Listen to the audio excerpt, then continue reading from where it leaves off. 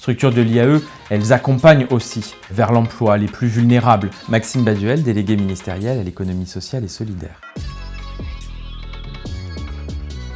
L'ESS, c'est une économie des transitions. Donc elle apporte des solutions aux transitions économiques, démographiques, sociales, environnementales. Par l'engagement citoyen au service des citoyens. C'est ce qu'on appelle la coopération territoriale. Donc finalement, l'ESS est fondamentale. Et d'ailleurs, les élus locaux le savent très bien, parce que souvent en vis-à-vis, dans la déclinaison des services ou des politiques publiques, ils ont en face des acteurs de l'ESS, des collectifs citoyens, la société civile au final. C'est ça qu'il faut cultiver, qu'il faut sécuriser, qu'il faut mettre en avant, c'est la capacité d'auto-organisation de l'économie sociale et solidaire, d'apporter des solutions à l'échelle des territoires. C'est vrai que la démocratie, en France, on la connaît beaucoup par ses institutions. On voit beaucoup dans les médias, notamment la période budgétaire, le Parlement, le gouvernement, etc. Mais il ne faut pas perdre de vue que les acteurs de l'ESS, à bien des égards, sont des acteurs de la démocratie locale, de la démocratie participative, par l'émancipation citoyenne, par la capacité aussi d'auto-organisation de la société civile. Et je crois qu'il faut cultiver en fait cette façon de considérer les acteurs de l'ESS comme des acteurs de la démocratie.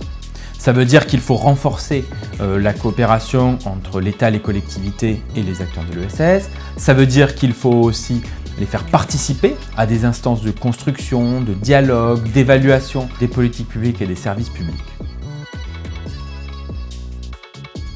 C'est vrai que les structures de l'insertion par l'activité économique ont eu un boom de financement pendant les années Covid. Et aujourd'hui, elles sont à l'épreuve des coupes budgétaires. Donc je pense qu'en fait, il y a deux enjeux derrière le soutien aux structures de l'IAE.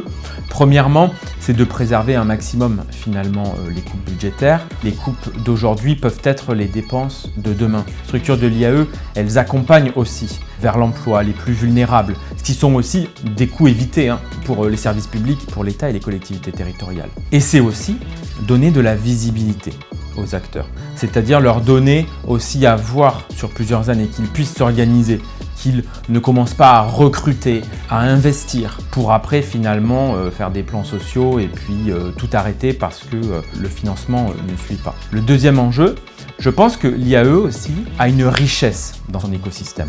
On sait qu'aujourd'hui, il y a des entreprises d'insertion, des associations intermédiaires, des chantiers écoles, etc. D'autant de structures qui ont leur spécificité en termes d'objectifs, en termes de public accompagné, en termes de nature. Et ça, c'est typiquement le genre de richesse de l'économie sociale et solidaire qu'il faut cultiver en interministériel. Parce que lorsqu'on veut résoudre une grande problématique comme l'emploi, on ne va pas l'adresser d'une façon monobloc, d'une façon uniforme. Et donc, on a besoin de nourrir, de soutenir ces spécificités, à commencer par le lien que l'on peut avoir avec les différentes têtes de réseau dans leur représentation nationale, mais aussi dans l'exercice et la déclinaison territoriale de ces politiques publiques. Et deuxièmement, il y a un moment, il faut que ces structures puissent survivre, ou en tout cas qu'elles puissent se développer pour accompagner les plus fragiles. Et c'est là où l'ESS est un fil rouge, c'est qu'en fait, c'est des modèles économiques.